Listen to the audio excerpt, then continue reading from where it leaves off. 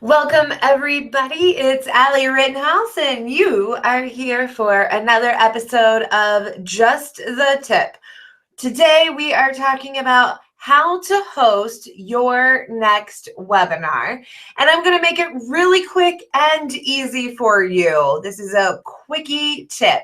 So, one of my favorite tools to use is actually the platform that we are on right now and that you are watching this presentation from. We are on YouTube and we are using Google Hangouts on Air. It is super simple to set up, completely free, and allows for you to have the flexibility of going live without all of the confusion or needing to be with your mobile. So you just have so many different options with YouTube Live. And I know a lot of people call it Google Hangouts on Air, but honestly, before yesterday, I didn't know why they called it Google Hangouts on Air. But you can see that there's a little box right here that says Google Hangouts on Air. I call it YouTube Live because that's what I'm used to. I'm going to show you how to do this very, very easily. But before we do that, I want to tell you a little bit about why I like using YouTube versus maybe another option. For one, when your live stream is over with or your webinar, your presentation, YouTube automatically converts it over for you. And there's no special link that is different from the live link.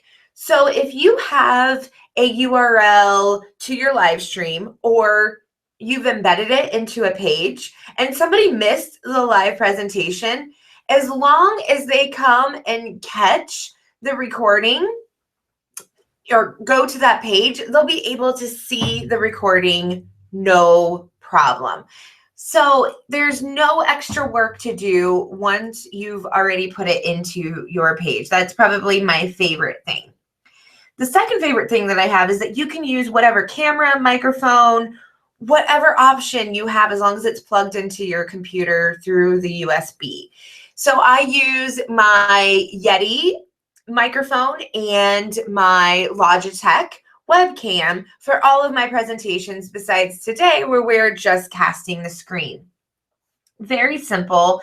And your viewers can watch it anywhere with any computer, any mobile device. There's no special app that needs to be downloaded or software or anything. They can simply watch it no matter where you're sending them to. If you're sending them to the actual live link on YouTube, or you can embed it into your own page.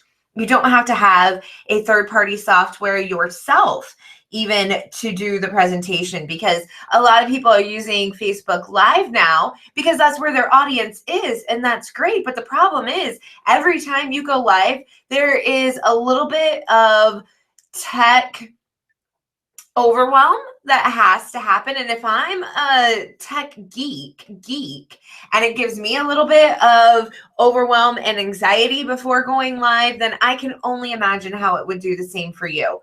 So with YouTube, it takes that overwhelm out of it and you can just go live.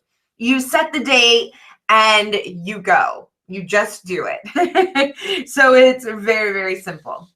And the different ways that you could use this YouTube live stream are endless. For me, right now, I have created my own live show. You could use it for webinars. You can use it for blogging, which is the other reason that I wanted to do this.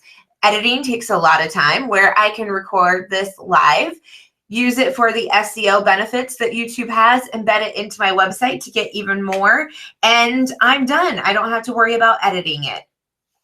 You can use it to record tutorials, to host online retreats. I've done it to teach online classes. You could host interviews or even summits or conferences. I'd love to hear what your idea is of how you could use YouTube Live. Maybe it's to teach classes every week that people can't attend live to. So think of the different ways that you could use the option of YouTube Live or Google Hangouts on Air in order to reach and connect with your audience. Now, let me show you how simple it is to get started.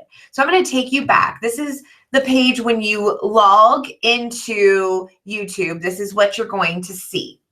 Then what you want to do is you want to click on your icon, your sweet, beautiful face over here, and it's going to say, bring down some different options. Then you want to click on Creator Studio. When you click on Creator Studio, it's going to bring you to your YouTube dashboard. From there, what we want to do is click on Live Streaming. And then once that opens up, we want to click on Events. And that brings you to the page where I was. Right now, we are streaming live, so I might be a little limited in what I can do here. So you can see it's taken, it's got the live control room and all of those good things. I'm hoping that we're still live. I'm pretty sure we are, but it's saying that you could resume if maybe you lost your connection or something happened. When you want to create a new event, especially one for the future, what you want to do is come over here to the new live event button. It's very simple. If you go to the Go Live Now, there are more steps and options and things that you have to set up. It's a little bit more complicated. But if you can go to this new live event, it's very simple. Then what you want to do is you're going to type in your information just as if you were uploading a new video to YouTube.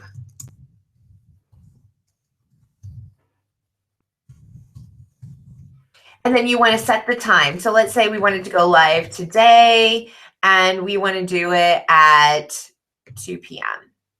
You can even put an end time if you want to. Let's say we're just going live for 30 minutes. You can put in a description.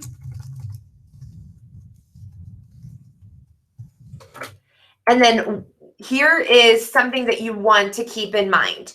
If this is a webinar that people are signing up for, where they're entering their name and email address to get access, or they are paying you to attend a class, what you want to do is, instead of having this set to public, you want to click the drop down and you want to select unlisted.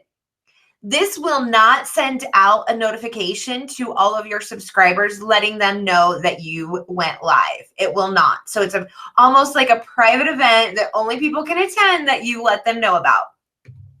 If you have it set to private, nobody will be able to attend. Only people logged into your account will be able to attend. So that's why it's really important to do unlisted. And then what you want to do, once you have it all set up, if you want to use tags,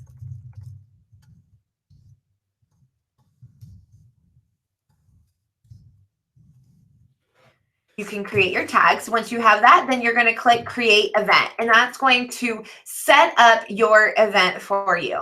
The default picture is pulling in my cover photo that I use on my YouTube channel. Now, when I was ready to go live for my event, I would come to the same spot that you went to create the event. And that's where it's going to have all of your events listed. Now, because I'm live, I'm not going to be able to hit Start Hangout on air right now because you can't be live twice. But I've got some screenshots for you. And when you do click that button, let me make sure that there's none before that. Okay, so when you do click Go Live Now, when you're ready to go live, it's going to open up this broadcasting area. This is kind of your dashboard. If you click on the tool right here, you can change the camera or the microphone that is being pulled into your YouTube channel. If you want to broadcast your screen like I'm doing right now, there is a computer button right here that has a green background that you would click on. And you want to do your entire screen, especially if you're doing a presentation. I can't tell you how many times I've recorded a live webinar, did not share the entire screen, and people couldn't see the presentation. So that's a really important tip. Then we also have the toolbox set up, your control room, and some different features that you can use. So let me bring up those. And then obviously when you're ready to start your broadcast, you can start it here. Now you can see that my camera is turned off here because today we were broadcasting the screen and not my face. That means that we wanted to have the camera turned off. So this red bar around it means that it is turned off and we were ready to just broadcast the screen. When I took this screenshot, we had not clicked the green icon yet because then it would have started to share that screen. But you want to do that before you click start broadcast. You want to have your presentation ready before you click start broadcast. And just to give you a little, this is from the control room where you can control the different people on here. Obviously, it's just me today, but I could turn off my camera or turn it on, adjust the sound, my microphone. The control room is there to help you have a better experience for your watcher. Your Hangout toolbox is where you can have a lower third section. And what that is like a third, this bottom third of your screen. You can put a branded image on there from where you're broadcasting live, much like news reporters do on your local news. And you can have it so that it automatically pulls in those settings when you come back for your next presentation so that you don't have to load it like that every time. And here is when you go to share your screen. Remember when I said share the entire screen? This is where I'm talking about. You want to share this. Ignore these other ones. And when you first share it, it's going to look like a mirror and a mirror and a mirror and a mirror and a mirror and a mirror. And that's okay. It's just because you're broadcasting yourself. So it looks normal to the people that are watching your broadcast, but that is how your presentation will be seen. Now, and you might be able to see the mirror and the mirror and the mirror and the mirror right there so that you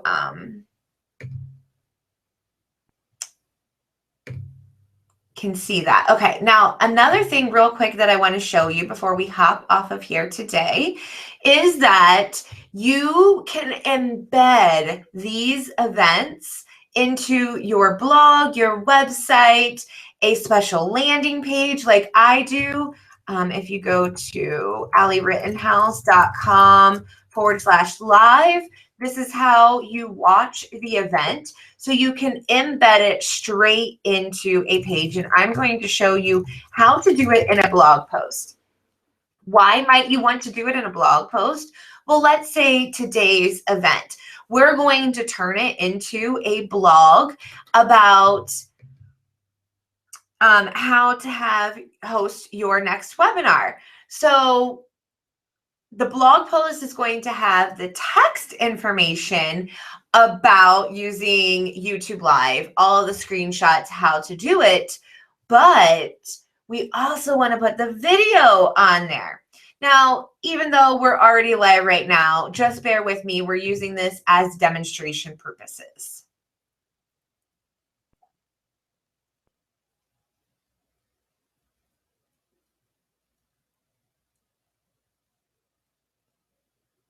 If it'll load.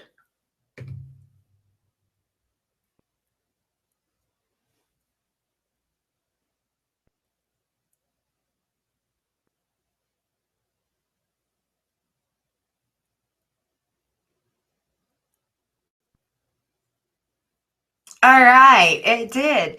All right, so how to host your next webinar. Fair enough, right?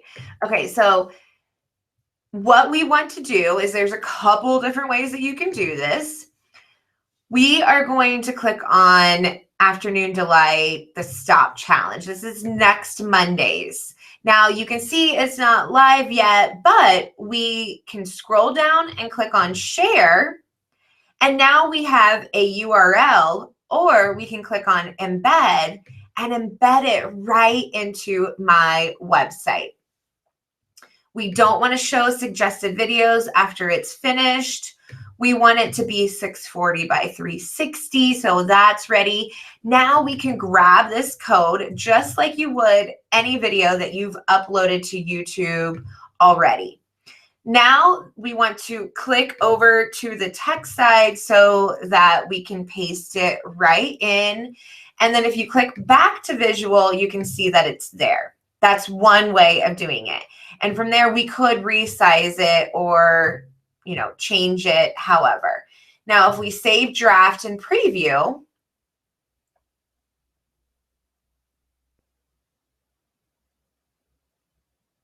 everything's running slow because I'm live right now.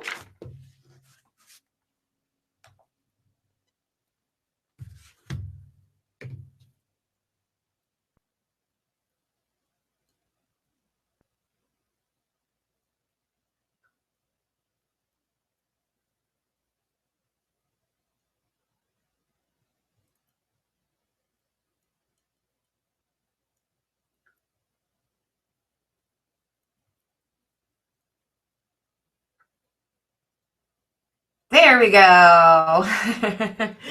You were like, oh, it's not going to show up, didn't you? You thought it wasn't going to show up, huh?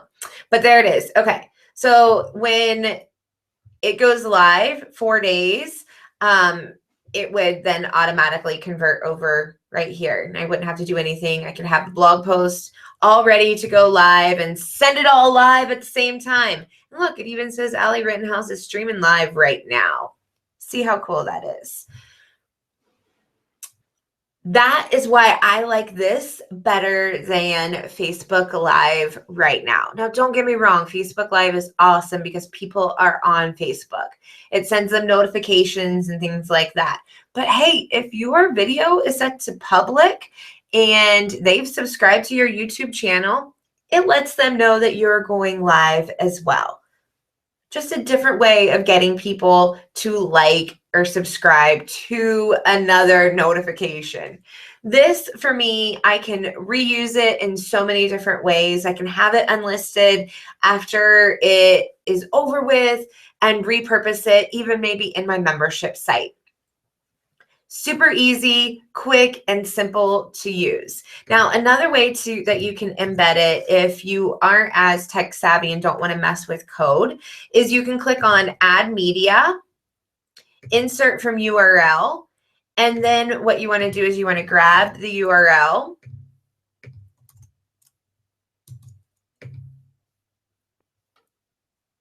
maybe this doesn't work anymore. Oh, I put it in the wrong spot. There we go. Now let's try that. There, it's loading. And then save draft.